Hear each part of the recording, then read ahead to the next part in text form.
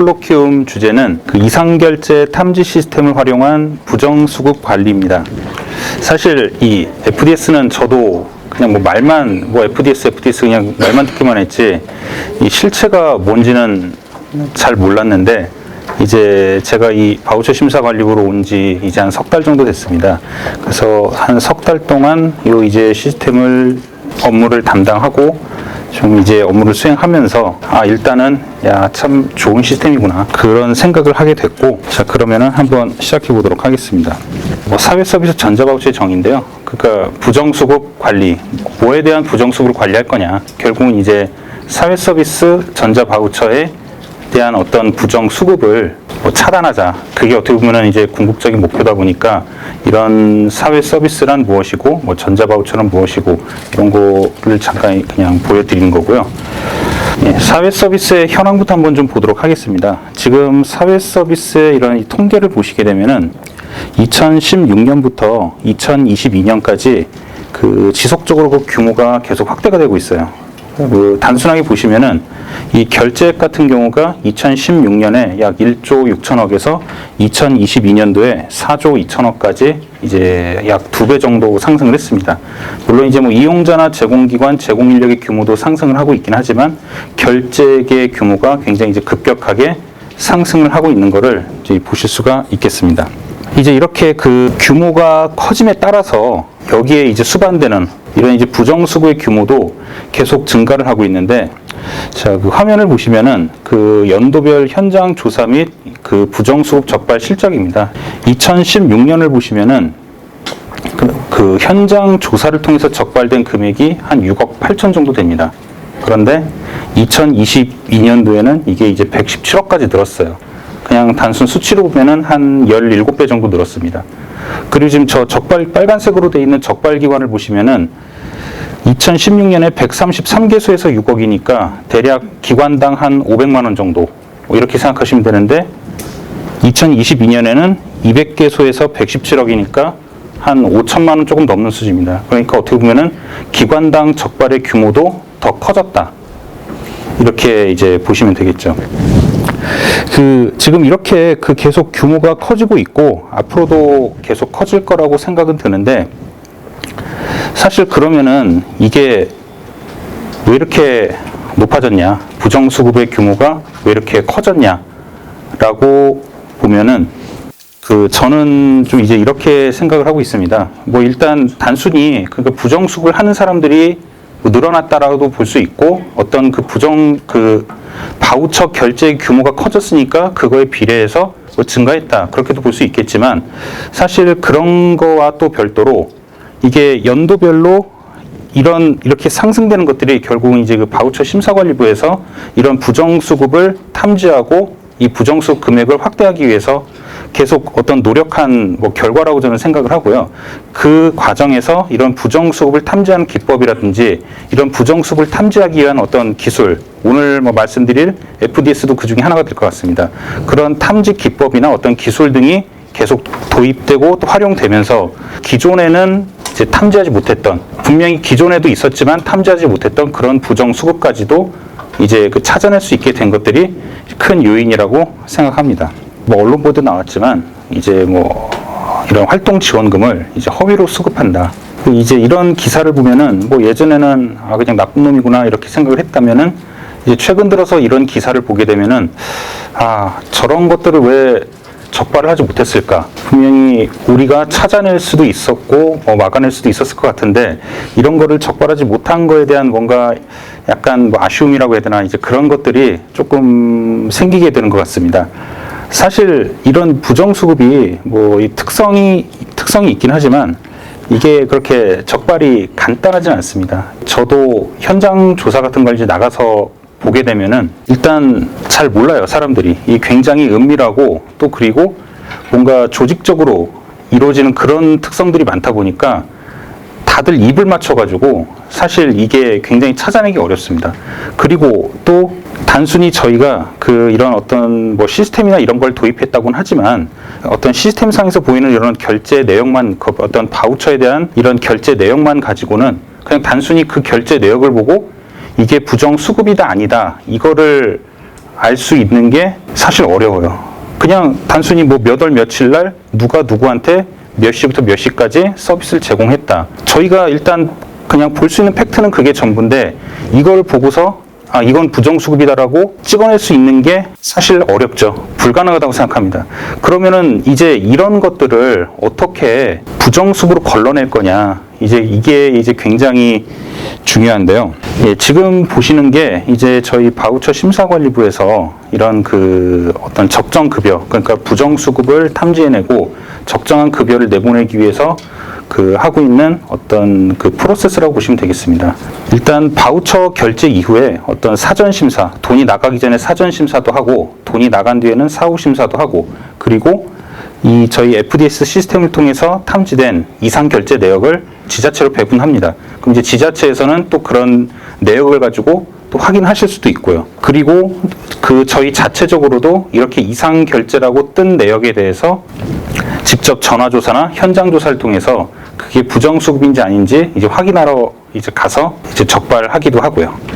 그렇게 하는데 지금까지 이렇게 계속 해오면서 어쨌든 간 계속 성과가 계속 이제 달성이 되고 올라가고 있는데 이제 여기서 제가 좀 고민스러운 부분은 이게 언제까지 이런 어떻게 보면 일종의 뭐 수작업 같은 개념일 수도 있습니다. 이게 시스템도 좀 쓰기는 하지만 사실 사람이 직접 이 데이터를 보면서 뭔가를 해야 된다는 것들이 있다 보니까 아마 언젠가는 분명히 한계점이 발생을 할 것 같은데 그때가 언제가 될지는 모르겠고 그러면 그 한계점이 발생하기 전에 뭔가 이거를 좀 더 효율적으로 관리하고 적발할 수 있는 부정수급을 이제 그런 방법이 있어야 되지 않을까 이제 그런 좀 생각을 하고 있고 또 이제 그 뭐 제 전임자들도 그렇고 아마 비슷한 고민을 많이 하셨던 것 같습니다. 그렇게 해서 이제 나오게 된 게 이 이상결제 탐지 시스템 그러니까 이제 FDS라는 이제 시스템인데 뭐 간단히 말씀드리면은 뭐 AI나 빅데이터를 활용해서 그 부정수급을 탐지하는 시스템이다. 그냥 단순히 얘기하면 그냥 딱 이렇게 설명드릴 수 있습니다. 그냥 AI로 부정수급 내역을 확인하고 탐지하는 그런 이제 역할을 하는 시스템인데 그럼 이 시스템을 통해서 어떻게 부정수급을 탐지하고 그 탐지된 결과를 가지고 어떻게 실제 부정수급 적발이나 이런 곳에서 사용을 하게 되는지 한번 좀 설명을 드리도록 하겠습니다. 일단 이 추진경과는 지금 저희가 2019년에 이제 과기정통부 ICT 공모 사업에 선정이 돼서 2020년에 구축을 했고 21년에 시범 운영을 거쳐서 22년부터 이제 본인 운영을 시작하게 됐습니다. 이 AI 시스템이 저희가 이제 이 시스템을 쓰고 있는데 사실 민간 분야에서는 민간이라고 하면 이제 어떤 금융권들, 뭐 은행, 카드, 증권 이런 이제 금융사들은 거의 대부분이 다 쓰고 있다고 합니다. 얼마 전에 금융감독원 벤치마킹 한번 갔다 왔었는데 거기서 이제 얘기를 들은 바로는 일단 금융기관들은 거의 모든 금융기관들이 정말 소규모가 아닌 이상 거의 대부분의 금융기관들이 이 FDS라는 시스템을 쓰고 있고 대신 이제 목적은 저희하고는 좀 다르더라고요. 그 금융기관의 FDS는 어떻게 보면 소비자를 보호하기 위한 역할을 하는 게 금융기관의 FDS라면은 저희는 어떤 이용자를 보호한다기보다는 짓을 한 사람들을 잡아내는 이제 그런 시스템이다 보니까 약간 그 좀 결이 다르긴 하지만 어쨌든 간 뭔가 이상한 수상한 거래 내역을 잡아낸다는 목적으로 봤을 때는 뭐 둘 다 뭐 동일한 시스템이라고 생각하셔도 되겠습니다. 그러면 그 FDS를 통해서 저희 이제 바우처 심사관리부에서 어떻게 그 부정수급을 탐지하고 적발해서 그 처리를 하는지 한번 이제 요 표로 간단하게 한번 설명을 좀 드리도록 하겠습니다. 일단 그 전자 바우처 시스템에서 일단 결제 데이터를 이 FDS로 전부 전송하게 됩니다. 그럼 이 FDS에서 이 AI 인공지능을 통해서 그 부정수급을 탐지하게 되는데 이 AI는 지금 이 화면 보시는 것처럼 이런 세 가지의 부정 예측 모형으로 구성이 되어 있습니다. 이렇게 해서 이 모형을 보시게 되면은 이제 저희 같은 경우는 이제 모형 구성 기준 대상 사업이라고 했는데 어떻게 보면은 이 모형 하나하나가 이 사업별로 저희가 이제 구분을 해 놓은 거죠. 그래서 장애인 활동 지원, 그리고 이런 뭐 지역 사회 서비스 투자, 산모 신생아 도우미, 그리고 이런 사업별로 모형을 만들 때 이 기준을 또 만들었습니다. 일단 이 바우처에서 가장 지분을 많이 차지하는 이 활동 지원을 하나의 모형으로 만들었고, 그 다음에 활동 지원보다는 규모가 작지만 그래도 부정 빈도가 많은 뭐 지역 사회 투자와 이 나머지 사업을 가지고 두 번째 모형, 그리고 빈도도 적고 규모도 작은 나머지 사업 2개를 가지고 또 하나, 이렇게 3개의 모형을 만들었고, 이제 이 3개의 모형을 통해서 부정수급 예측을 하게 되는데, 이 부정수급 모형 안에서 또 보시게 되면은 이런 모형 입력 변수라는 게 있습니다. 모형 입력 변수라는 게 있어가지고 이제 여기에는 여러 형태의 입력 변수들이 들어가게 되는데, 뭐 단순하게 생각하시면 됩니다. 뭐 제공 기관, 인력, 뭐 연령, 나이, 그 다음에 뭐 그 사람이 주로 서비스를 받는 시간대, 아니면은 뭐 일주일 동안 몇 번을 받았는지, 뭐 이런 여러 가지 요소들을 이제 모형 안에다 다 이제 입력을 하게 되고, 그런 변수들을 활용해 가지고 알고리즘을 거쳐 가지고 이게 어떤 결제건인지, 이제 여기 이 알고리즘을 거쳐 가지고 저희 쪽에서 그 결과를 도출하는데, 그 결과를 도출할 때 이제 이런 식으로 도출을 하게 됩니다. 그래서 이게 좀 화면이 작아서 잘 안 보이는데, 요 지금 목록을 보시면은 각 결제건별로 이게 어떤 이상 결제건인지에 대한 분류가 나오고, 그 다음에 그 분류별로 AI 스코어라는 게 있습니다. 이 AI 스코어라는 게 있어가지고 이 FDS에서 이렇게 AI 스코어를 최종적으로 산출을 해서 보여주게 되면은 지금 보시는 것처럼 0점에서 999점까지 저희가 각 결제 건별로 점수를 매겨가지고 이제 보여주게 됩니다.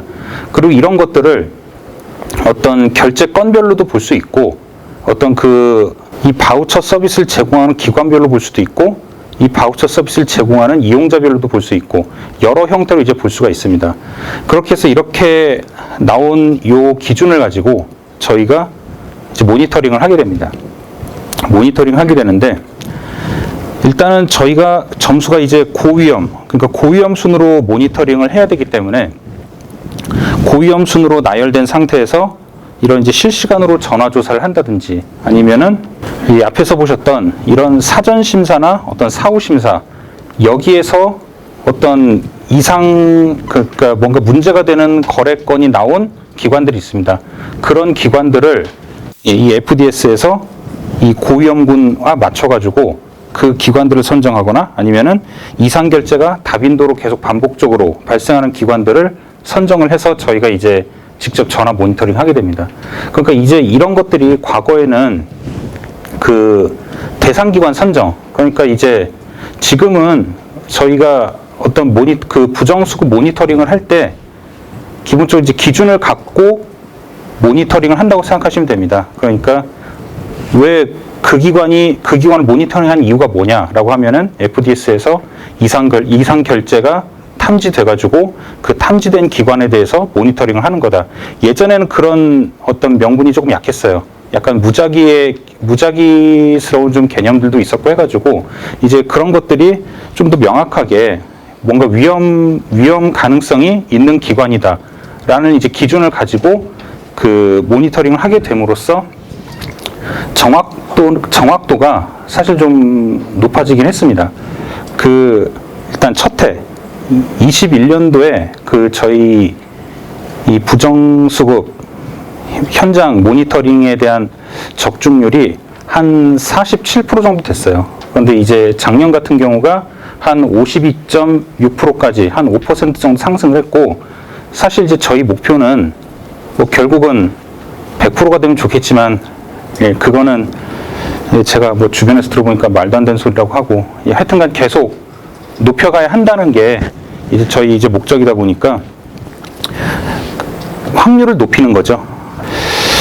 예, 그래서 이렇게 이제 이런 큰 어떤 절차를 거쳐가지고 이제 저희 바우처 심사관리부에서 그 FDS를 활용해서 이제 이상결제를 탐지를 하고 있는데, 사실 이제 이런 거를 좀 하게 되다 보니까 좀 고민되는 부분들이 몇 가지가 좀 있습니다. 어쨌든 간 그 이 시스템을 좀 더 잘 활용하고 이 시스템의 성능을 좀 더 좋게 해가지고 뭔가 이런 시스템을 통해서 부정수급을 더 많이 더 넓게 폭넓게 이제 적발할 수 있는 게 저희의 목적이긴 한데, 지금 이런 그 어떤 적중률 뭐 52.6도 뭐 높다라고 많이 얘기를 하고 계시긴 하지만, 저희 입장에서는 결국 이런 적중률들을 좀 더 높여야 하는 게 이제 목적이다 보니까, 이제 그런 부분에서 뭐 사실 뭐 저도 고민하고 저희 부장님도 항상 뭐 밤을 새면서 고민하시고, 보시게 되면은 제가 이제 고민하는 게 일단 크게 첫 번째가 어떻게 보면 정확도 향상이에요. 정확도를 어떻게 하면은 높일 거냐. 이 AI 부정 예측 모형의 아까 모형 보셨잖아요. 그 AI에 세 가지의 모형이 있고 그 각 모형별로 사업 어떤 특성별로 모형이 구성되어 있는데, 그 모형을 통해서 각 사업별 그 바우처 결제권에 대한 이상 결제를 탐지하게 되는데, 그러면은 그 각 모형별로 어떤 뭔가 지금보다 더 정확도를 높이기 위해서 어떤 방식이 필요하냐. 물론 이제 지금 같은 경우도 저희가 그 모형을 그냥 놔두는 건 아니에요. 모형을 그냥 놔두는 건 아니고, 이 모형을 계속 강화시키기 위해서 계속 학습을 주기적으로 시키고 있습니다. 지금 21년도에 처음 이제 시범 운영 시작하고 지금까지 약 5회 정도 지금 학습을 시켜주고 있고, 가장 최근에 이제 올해 2월 달에도 최종 마지막으로 이제 학습이 된 상황입니다. 그리고 이런 학습 데이터가 외부 이제 현장 점검을 나가서 가지고 온 어떤 그런 부정수급 데이터들 있잖아요. 뭐 그 지역에 가서 현장 점검을 하고 거기서 이제 뭐 인터뷰도 하고 모니터링을 했다든지 그렇게 해서 나온 그런 결과들을 다 학습을 시켜줌으로써 이제 이런 것들이 이 모형을 통해서 향후 다른 어떤 부정수급을 탐지하는데 이제 좀 그 기여를 할 수 있도록 해주고는 있는데, 결국은 AI에서 정확도를 향상시키기 위해서는 몇 가지 고민되는 사항들이 있습니다. 이제 그 첫 번째가 뭔가 공부를 많이 해야 되잖아요. AI가 좀 뭔가 AI로서 이제 크게 좀 잘 돌아가려면은 얘가 공부를 굉장히 많이 해야 되는데, 사실 저희가 공부하라고 줄 수 있는 그런 어떤 자료 이런 것들이 그렇게 많지가 않습니다. 좀 그러다 보니까 그 어떻게 하면은 그런 공부할 수 있는 자료를 조금 더 확보하고 더 늘릴 수 있는지, 그런 부분들이 고민이 되는데, 예, 뭐 그 부분에 대해서 예, 한번 연구센터 복지사업지대 같은 경우에는 저희가 예측하고 내려보내면은 지자체에서 움직이는 구조이기 때문에 우리가 그거를 컨트롤하는 게 상당히 어려운데, 여기에서 이상결제의 장점은 현재 정보원에 계시는 분들이 실제적으로 투입을 해가지고 현장에 나간다는 되게 큰 장점이에요. 왜냐면은 라벨링 자체를 정보원 스스로 컨트롤할 수 있고 그걸 테스트할 수 있다는 거는 진짜 큰 장점이거든요. 뿐만 아니라 저희가 지금 데이터 수집부터 입수부터 그 데이터를 모든 거를 다 지금 전주기를 다 가지고 있어요. 지금 FDS는. 그러한 측면에서 지금 복지사업지대보다 더욱더 더 진보된 형태로 발전될 가능성이 높다라고 저는 보여지고요. 첫 번째 질의가 학습 데이터에 대한 부족 현상이라고 말씀하셨는데, 이게 학습 데이터라고 하는 거는 실제적으로 머신러닝이 학습할 때 쓰이는 데이터잖아요. 그렇기 때문에 학습 데이터가 만약에 잘못 만들어지면은 그 예측하는 모형도 또한 잘못 만들어지게 됩니다. 그렇기 때문에 학습 데이터가 무조건적으로 많다고 막 양을 무조건 늘린다고 해가지고 사실 좋은 건 아니에요. 왜냐면은 이게 학습 데이터가 소량의 학습 데이터라도 정확한 소량의 학습 데이터만 있어도 대량의 예측이 가능하거든요. 그리고 지금 인공지능이 발전이 됐기 때문에 사실은 겐이라든지 그 밖에 생성 AI라든지 이런 걸 활용하면은 소량의 데이터를 가지고도 사실은 학습 데이터 뻥치기 치는 건 얼마나 한 기술이 지금 엄청나게 많이 나와 있기 때문에 학습 데이터에 대한 문제보다는 지금 현재 현장에 나가는 그 인력들이 나가가지고 하는 거에 대한 더 정확도를 높이고 내부에 있는 학습 데이터의 정교화를 가지고 소량의 데이터를 조금 더 고급스럽게 만드는 작업을 하시는 게 저는 더욱더 중요하다고 보입니다. 복지사학지대와 다르게 약간 미싱밸류라든지 약간 이상치가 조금 더 더 정교하게 다듬어져 있다고 저는 보여져요. 바우처 그 카드 결제 내역이기 때문에 데이터를 증강시키는 기술을 적용했을 때 결과가 그냥 단순 결과보다는 되게 좋다는 결과가 되게 많이 있었거든요. 그렇기 때문에 조금 데이터 자체를 정제화시키고 조금 기술적으로 생성할 수 있는 그러한 기술을 조금 더 적용하면 좋겠다라고 저는 생각이 듭니다. 두 번째로는 이제 제가 질문드리고 싶은 게 예측 모형에 대한 어떤 입력 변수들, 아까 말씀드렸던 여러 가지 형태의 이제 변수들이 있습니다. 뭐 어떤 그 개인의 어떤 특성, 뭐 연령, 성별, 뭐 사는 지역, 뭐 이런 것들을 포함한 지금 현재 저희 그 이상결제 탐지 시스템 상에서 존재하는 이런 변수가 약 200여 개 정도 되는데, 이런 이 변수를 어떻게 관리해야 되는지, 그리고 이 변수를 지금 현재는 이 범위 내에서 뭐 넣거나 빼거나 이런 형식으로 그냥 관리가 되고 있는데, 이런 것들을 어떻게 해야지, 그러니까 뭐 더 확대를 해야 되는 건지 더 좀 감소를 시켜야 되는 건지, 어떤 식으로 해서 이런 모형의 정확도를 향상시킬 수 있는지, 좀 그런 부분들이 좀 더 궁금하긴 한데, 그 부분에 대해서도 한번 좀 의견을 주시면 고맙겠습니다. 변수의 조정에 따라서 정확도를 향상시키는 방법을 고민을 하실 때 FDS에서 우리 정보원에서 사용할 수 있는 진짜 법적으로 가능한 변수가 뭐가 있냐, 일단 전체적으로 일단 모든 걸 싹 긁어 모으는 것 자체가 첫 번째 작업이 돼야 될 것 같습니다. 왜냐면은 변수는 일단은 많으면 많을수록 좋아요. 예. 왜냐면 어떠한 그 이상 탐지를 할 때 어떠한 변수가 영향을 미쳐가지고 발생이 될지 모르기 때문에 변수는 무조건 확보를 많이 해놓는 게 첫 번째 좋다고 생각이 들고, 두 번째는 이제 확보된 변수에 대해서 기술 통계량은 1차적으로 전체적으로 모든 변수마다 다 정리를 해 주셔야 돼요. 각각의 변수가 이제 미싱 밸류가 얼마나 되는지, 최대값, 최소값이 얼마나 되는지, 그거에 대해서 스피드가 얼마나 되는지, 모든 변수에 대해서 하나하나 한 땀 한 땀 다 그 기술 통계량을 한번 보고, 이게 진짜 이제 수집이 되고 있는지 안 되고 있는지, 아니면은 입수가 되고 있는데 경로가 이상하게 돼가지고 다르게 수집이 되고 있는지, 이거를 변수 하나하나마다 다 일단 정리를 하시는 작업이 두 번째로 이제 이루어져야 될 것 같고요. 그 세 번째로는 이 피처 엔지니어링이라고 이제 부르긴 하는데, 데이터의 이제 종류에 따라서 지금 우리가 수집할 때 데이터가 이제 단위가 틀릴 수도 있잖아요. 어떤 거는 뭐 센티미터, 어떤 거 미터, 이러한 단위가 틀릴 수 있기 때문에 뭐 이런 단위가 틀린 거를 조금 정교화시키는 정교화 과정 같은 거. 아까 이상 결제 패턴끼리 곱을 한다든지, 지역끼리 곱을 한다든지, 아니면 시간별로 곱을 한다든지, 이런 식으로 차원을 조금 늘려가지고 파생 변수를 조금 만드는 기술을 내부적으로 조금 익히면은 데이터 속에 숨겨진 패턴을 찾는 데 조금 도움이 될 것 같습니다. 피처 셀렉팅을 다양한 방식으로 한 다음에 한번 모형을 만들어 보시는 것도 방법이에요. 저 변수 추가가 어느 정도 됐는지는 모르겠는데, 제가 알고 있기는 사회전자바우처의 결제 정보는 되게 심플하게 정보가 돼 있잖아요. 거기에 지금 개인정보가 그렇게 많이 연결이 돼 있지도 않고, 제공기관에 대한 기본 정보도 그렇게 많이 없는 걸로 알고 있습니다. 그리고 그 출입국 정보나 이런 것들은 전자바우처 시스템이 아닌 타 시스템에 있는 정보를 가져오는 거, 이런 것들이 좀 있고, 사망 정보나 이런 것들 갖고 있는데, 현재 우리 적발했던 그 적발 정보에 대한 분석은 이루어지고 있는지, 그걸 보면 어떤 정보가 좀 필요할지, 어떤 류의 제공기관에 어떤 서비스를 하는 그런 제공기관, 그런 제공인력, 아니면 수혜자 특성을 한번 발굴해낼 수 있을 것 같거든요.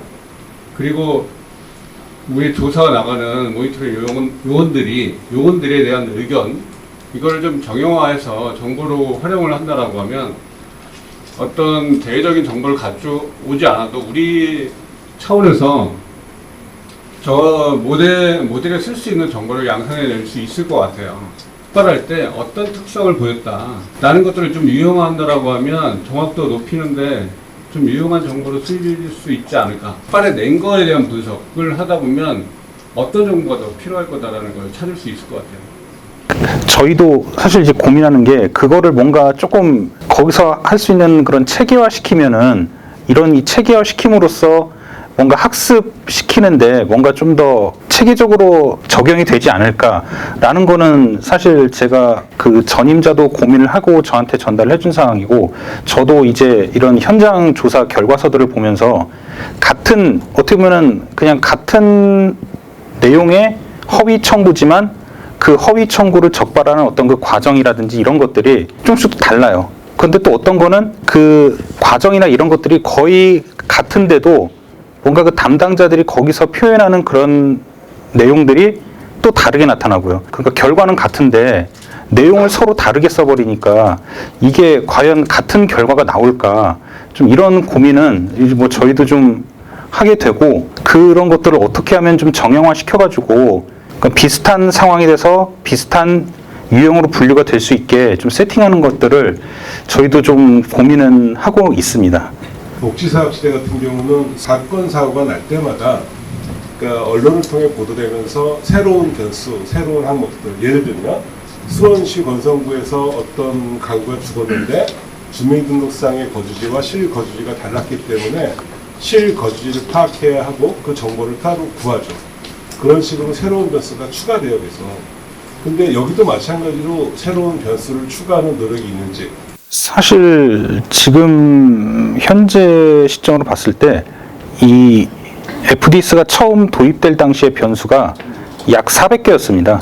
저희 같은 경우는 변수를 늘리는 쪽이 아니라 지금까지는 계속 좀 줄여오는 쪽으로, 그 변수를 좀 줄임으로써 뭔가 그 정확도를 이제 그 줄이는 걸로 이제 정확도를 높이려는 이제 시도를 하다 보니까 지금 현재 시점에서는 계속 줄이는 방향으로 지금 가고 있습니다.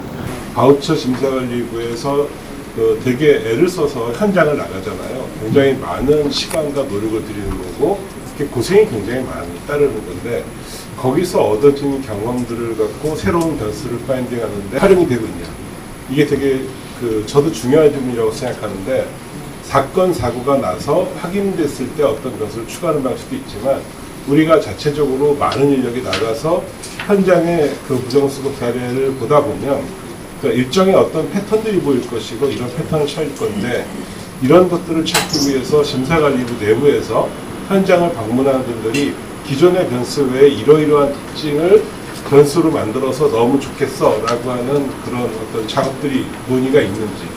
이런 현장 점검 과정에서 나타나는 어떤 결과를 가지고 그 변수라기보다는 어떤 그 결제 유형을 이제 저희가 뭐 새로 만드는 경우는 있는데, 아직 변수까지는 저도 좀 확인을 좀 해봐야 될 것 같고요.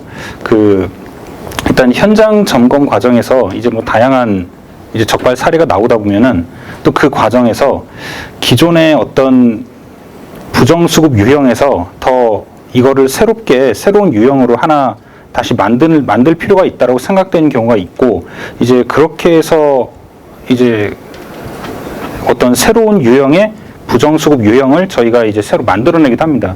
그 예를 들어서 이제 가장 최근에 만들어진 게 그 장애인 활동 지원의 생업 지원이라는 부정수급 유형인데, 이런 생업 지원 같은 경우는 예를 들어서 그 시각장애인이 이제 그 예를 들면 그렇습니다. 시각장애인이 어떤 개인 뭐 안마원을 운영한다든지 이랬을 때 그 시각장애인이나 활동 보조인이 그 안마원에 가서 이제 그 시각장애인 활동 보조를 해줘야 되는데, 이제 이런 과정에서 그 활동 보조가 아니라 그런 안마원 운영을 돕는 경우가 있습니다.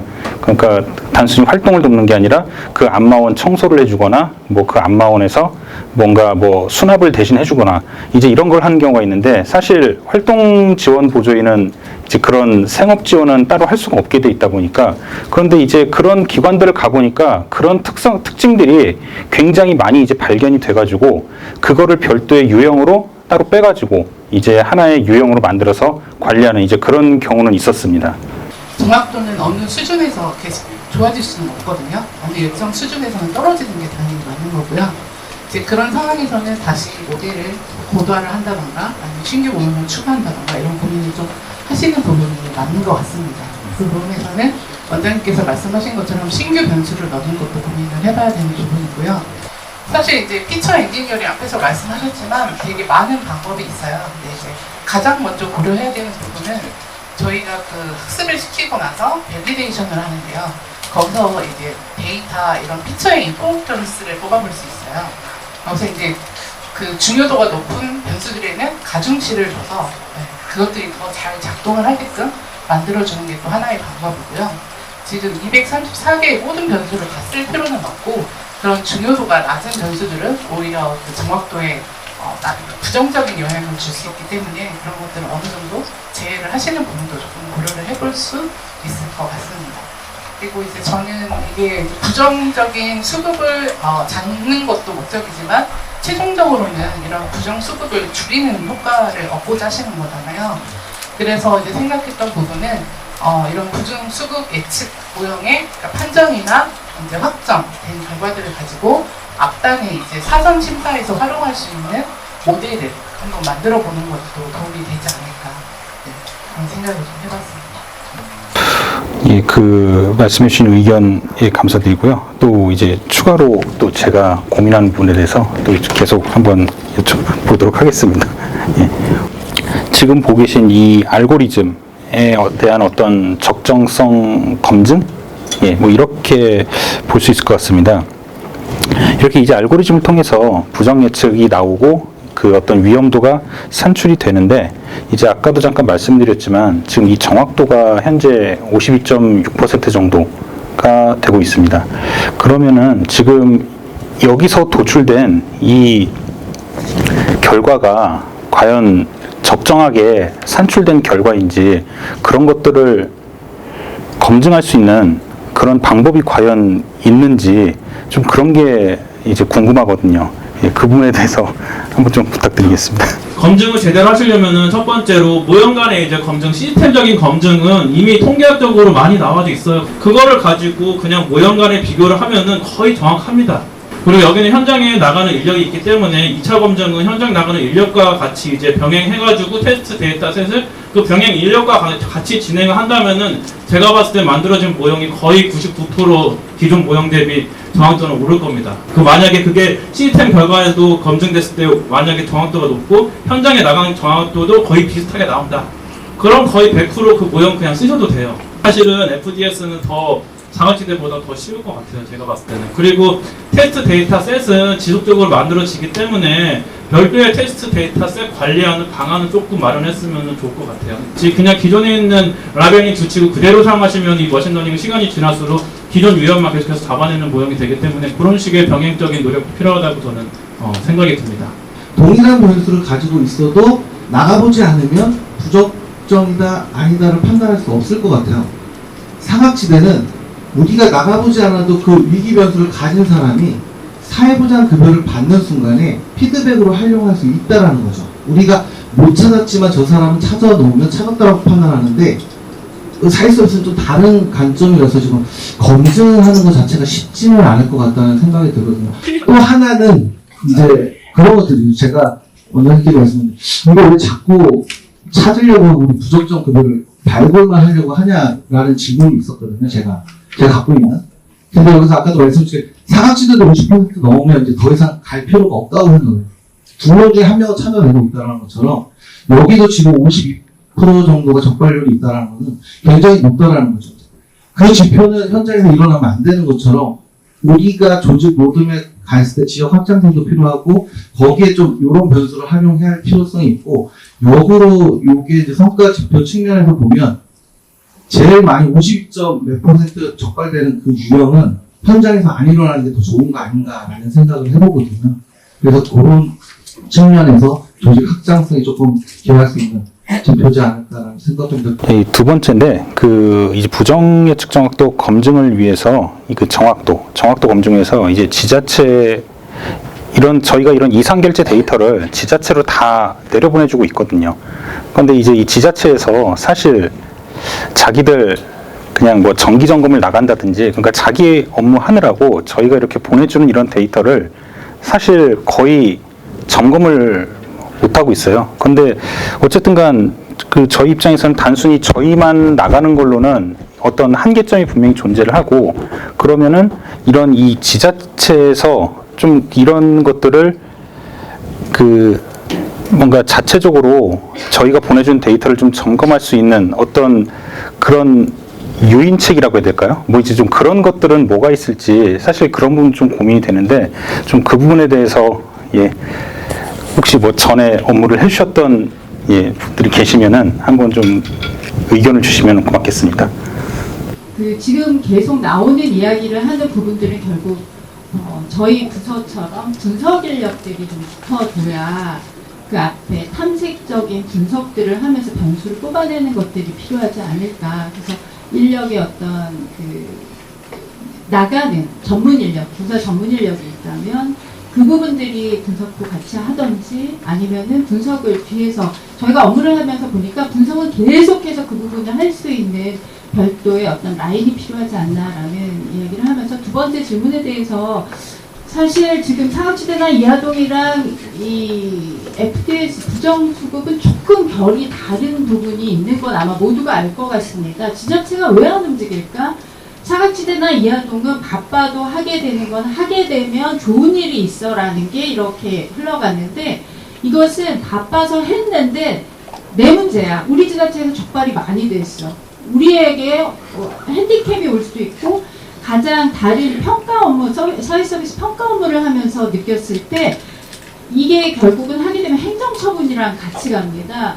행정처분을 했을 때 그 모든 책무와 어려움을 지자체 공무원이 담당하게 되니까 쉽사리 움직이기가 어렵더라고요. 그래서 이제 그런 어떤 그 역동이나 상황을 놓고 본다면 저 자체 점검을 하는, 그래서 뭔가 지금 화면이 있다고 알고 있습니다. 내려가서 그 정확도를 한번 점검을 하고 왔을 때 수정을 하거나 하는 그 부분에 대해서 굉장히 그 역할을 했다라는 거에 대한 지자체 평가는 어떨까? 그러니까 뭔가 액션을 했으면 평가로 연동하거나 아니면 인센티브. 근데 인센티브보다 저희가 다른 업무들을 하면서 보니까 인센티브는 사실 굉장히 좋은데요.